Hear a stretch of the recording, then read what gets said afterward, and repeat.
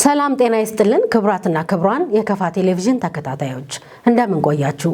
የዜና ወጃ ሰዓታችን ደርሶ ለዕለቱ ያዘጋጀናቸውን ዜናዎች ይዘን ቀርበናል።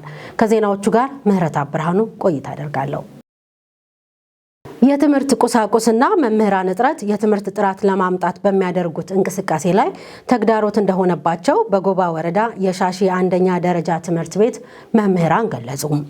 ችግሩ ተቀርፎ ከአካባቢው ተወዳዳሪ ተማሪዎችን ማፍራት እንዲቻል የሚመለከተው ሁሉ የበኩሉን እንዲወጣ ጠይቀዋል። ማርሸት ሰይፉ በዘንድሮ የትምህርት ዘመን ውጤት ለማስመዝገብ ጥረት እየተደረገ መሆኑን የጎባ ወረዳ ሻሺ አንደኛ ደረጃ ትምህርት ቤት መምህራንና ተማሪዎች ተናገሩ።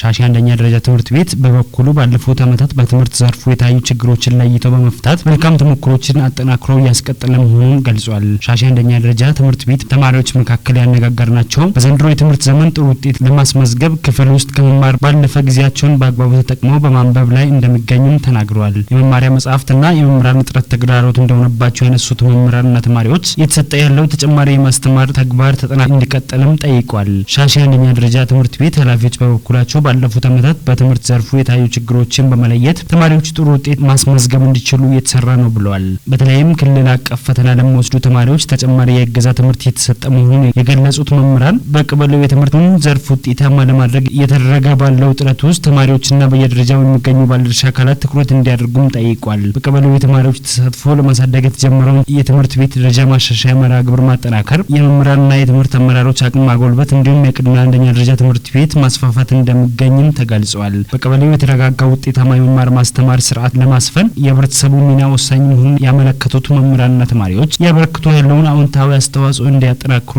አሳስበዋል። ትምህርት ሚኒስቴር ከዩኒሴፍ እና ከአማራ ኤዱኬሽን ጋር በመተባበር በጊምቦ ወረዳ ለህብረትና ደቄራሻ አንደኛ ደረጃ ትምህርት ቤቶች የኮምፒውተር ድጋፍ አደረጉም። ድጋፉ የትምህርት ጥራት ለማምጣት የሚደረገውን እንቅስቃሴ የሚያግዝ እንደሆነም ተገልጿል። በጊምቦ ወረዳ የህብረትና ደቄራሻ አንደኛ ደረጃ ትምህርት ቤቶች ከዩኒሴፍ ትምህርት ሚኒስቴርና ከአማራ ኤዱኬሽን የኮምፒውተር ድጋፍ ተደረገላቸው። ድርጅቱ መሰል ድጋፎችን ሲያደርግ መቆየቱን የገለጹት የከፋ ዞን ትምህርት መምሪያ ኃላፊ አቶ ተፈሪ ታደሰ ዞኑ ባቀረበው ጥያቄ መሰረት ድጋፉ እንደተደረገ ገልጸዋል። ዩኒሴፍ ትምህርት ሚኒስቴርና ከአማራ ኤዱኬሽን በዞኑ ውስጥ ለሚገኙ 5 ትምህርት ቤቶች ተመሳሳይ ድጋፍ ያደረጉ ሲሆን በጊምቦ ወረዳ ደቄራሻና ህብረት አንደኛ ደረጃ ትምህርት ቤት የእድሉ ተጠቃሚ መሆን እንደቻሉ ነው የተናገሩት። በድጋፉ 5ቱም ትምህርት ቤቶች እያንዳንዳቸው 20 ኮምፒውተር ተመደቦላቸዋል። የኮምፒውተር ድጋፍ ለተደረገላቸው ትምህርት ቤቶች በቀጣይ ከቦንጋ መምህራን ኮሌጅ ጋር በመሆን ለመምህራኖች የክህሎት ስልጠና እንደሚሰጥ ነው አቶ ተፈሪ ያብራሩት። ድጋፉ የትምህርት ሴክተሩን ለማጠናከር የሚያስችል መሆኑን የገለጹት የወረዳው ምክትል አስተዳዳሪ አቶ አንዳርጌ ወንድሙ ተማሪዎች በኮምፒውተር አጠቃቀም ላይ በቂ ክህሎት በመያዝ ተወዳዳሪ እንዲሆኑ ያስችላል ብለዋል። ይህንን ድጋፍ ላበረከቱ አካላቶችም ምስጋናቸውን አቅርበዋል። ዘገባው የወረዳው መንግስት ኮሙኒኬሽን ጉዳዮች ጽህፈት ቤት ነው። በልማትና መልካም አስተዳደር ዘርፎች የሚታዩ ጠንካራ አፈጻጸሞችን ለማስቀጠልና ጉድለቶችን ለማረም የማያቋርጥ ድጋፍና ክትትል ማድረግ እንደሚገባ የጊምቦ ወረዳ ምክር ቤት ገለጸም። የምክር ቤቱ ቋሚ ኮሚቴ የ6 ወር አፈጻጸም ግምገማ አካሂዷል። ከጊምቦ ወረዳ የመንግስት ኮሙኒኬሽን ለተገኘ ዘገባ ብሩክታዊት ብርሃኑ።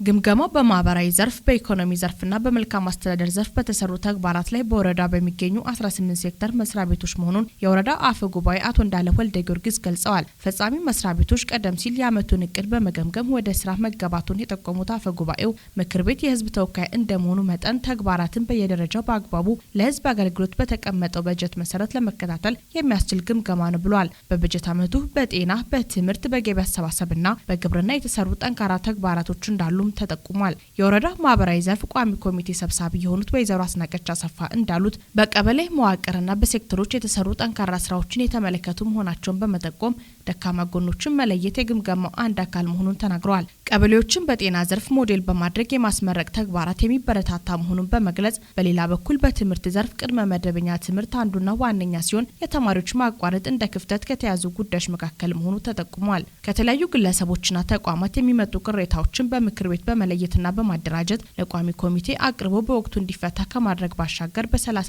ቀበሌዎችና ሴክተር መስሪያ ቤቶች በየሩብ ዓመቱ ድጋፍና ክትትል የተደረገ መሆኑን የተቋማት ክትትልና ቁጥጥር ስራ ሂደት አስተባባሪ አቶ ገነመ ገብሬ ገልጸዋል። የታዩ ክፍተቶችን በማረም በቀጣይ ምክር ቤት ቋሚ ኮሚቴዎች በየዘርፉ በመውረድ ውጤታማ ስራዎችን ከግብ ለማድረስ በአጽንኦት እንደሚሰሩ ተጠቁሟል። በሸኮ ብሔር ዘንድ ትልቅ ስፍራ የሚሰጠው ቲከሻ ቤንጊ ለትውልድ መተላለፍ ያለበት በዓል ነው ሲሉ የከፋ ዞን ዋና አስተዳዳሪ አቶ እንዳሻው ከበደ ገለጹ።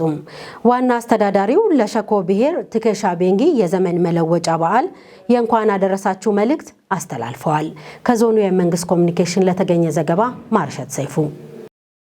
የሸኮ ህዝብ ከከፋ ህዝብ ጋር በወንድማማችነት በፍቅርና በመከባበር የቆየ ህዝብ መሆኑን በመልእክታቸው አስፍረዋል። ስለሆነም ይህንን በህዝቡ ዘንድ አብሮ የዘለቀውን የወንድማማችነትና የአብሮነት ባህልና እሴት የበለጠ ጠናክሮ ማስቀጠል የሚቻለው ቲከሻ ቤንጊን የመሰሉ የህዝብን ቱባ ባህሎች አጉልቶ የሚያሳዩ ክብረ በዓላትን በጋራ ማክበር ሲቻል መሆኑን ገልጿል። በከፋና በወንድም ሸኮ ህዝቦች መካከል አብሮ የዘለቀውን የወንድማማችነትና የእህትማማችነት እሴት እንዲሁም የማህበራዊ ኢኮኖሚያዊና ፖለቲካዊ ትስስር በቀጣይ አጠናክሮ ማስቀጠል በሚቻልባቸው ጉዳዮች ዙሪያ በጋራ መስራት እንዳለበት ያሳሰቡት ዋና አስተዳዳሪው ለዚህም የከፋ ዞን መንግስትና ህዝብ ዝግጁ መሆናቸውን አረጋግጧል። አቶ እንዳሻው የቲከሻ ቤንጊ በሸኮ ብሔር ዘንድ ሰላም፣ መቻቻልና አንድነት የሚሰበክበት ከአሮጌው ወደ አዲሱ ዓመት መሸጋገሪያ የአዲሱ ዓመት ብስራት መሆኑንም ተናግረዋል። የዞኑ ዋና አስተዳዳሪ ቲከሻ ቤንጊ የብሔሩ ተወላጆች አሮጌውን ዓመት ተሻግሮ ለአዲሱ ምዕራፍ የሚዘጋጁበት አኩሪ በዓል መሆኑን ገልጸው ለዚህም ለመላው የሸኮ ህዝብና ለብሔሩ ተወላጆች በዓሉ የሰላም፣ የፍቅር፣ የጤናና የብልጽግና እንዲሆን ተመኝተው በድጋሚ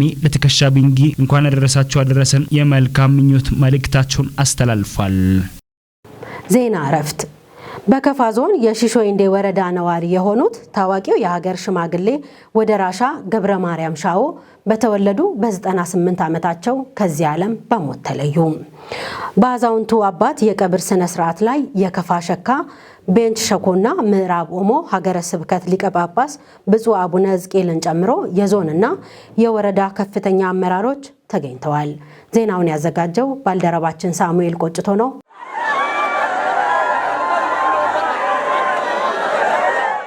የከፋ ሸካ ቤንች ሸኮና ምዕራብ ኦሞ ሀገረ ስብከት ሊቀ ጳጳስ የቅዱስ ሲኖዶስ አባል እንዲሁም የቅድስት ሥላሴ ሰዋስው መንፈሳዊ ኮሌጅ የበላይ ጠባቂ ብፁዕ ወቅዱስ አቡነ ሕዝቅኤል በወደራሻ ገብረ ማርያም ሻዎ አስክሬን ሽኝት ወቅት ተገኝተው ጸሎት አድርገዋል። በዚህ ወቅት ሊቀ ጳጳሱ የኢትዮጵያ ሕዝብ ዘር፣ ሃይማኖት፣ ጎሳና ድንበር ሳይለየው ተከባብሮና ተቻችሎ የመኖር ታሪክ ያለው ሕዝብ መሆኑን ተናግረዋል። አቡነ ሕዝቅኤል ሰው በእድሜ ዘመን በአካባቢው በጎ ተግባርን በማከናወን በቅንነትና በትህትና በመኖር ፍጻሜውን ሊያሳምር ይገባልም ብለዋል። ወደራሻ ገብረ ማርያም ሻዎ በተለያዩ ማህበራዊ አገልግሎቶች ሀገርና ሕዝባቸውን ከንጉሳዊ ስርዓት ጀምሮ መንግስት የሰጣቸውን ተልዕኮ ተቀብሎ በማገልገል የቆዩ ሲሆን በተለይ የደርግ ጊዜያዊ አስተዳደር መንግስት ሲዋቀር በሸንጎ ውስጥ ጨና ወረዳን ወክለው በታማኝነት ለተከታታይ 3 ዓመታት በከፋ አውራጃ ቦንጋ ተቀምጠው ለህዝብ አገልግሎት በመስጠት የስራ ጊዜያቸውን እንደጨረሱም ህይወት ታሪካቸው ያስረዳል። የሽንዳ ከተማ የመጀመሪያ ደረጃ ትምህርት ቤት ሲቋቋምም የትምህርት አስፈላጊነትን በመረዳት ዜጎች ሩቅ ቦታ ሄደው ሳይቸገሩ በአቅራቢያቸው እንዲማሩ ያላቸው ፍላጎት ከፍተኛ ከመሆኑ ባሻገር ልጆቻቸው ሁሉም እንዲማሩ ያደረጉ ታላቅ አባት መሆናቸውም ተገልጿል። ወደራሻ ገብረ ማርያም ሻዎ ስርዓተ ቀብራቸው ጥር 16 ቀን 2017 ዓ.ም በጨሎ ቅድስት ሥላሴ ቤተክርስቲያን ወዳጅ ዘመድ አዝማዶች በተገኙበት ተፈጽሟል። ዘገባው የባልደረባችን ሳሙኤል ቆጭቶ ነው።